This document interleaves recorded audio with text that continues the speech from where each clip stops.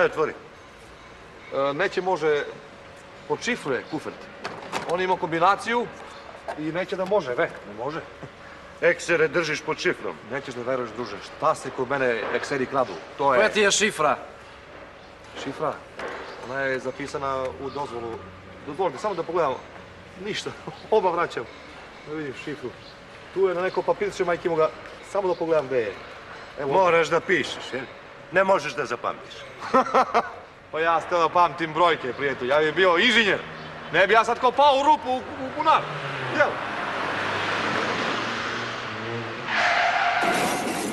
Jel sam rekao? Druže, kufert, ekseri, šta će biti ovdje? Ovdje da sačekaš. Dođu tu. Tu sačekat.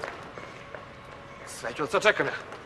Evo, tu stavim i kafu, slađu, korevoare, čao.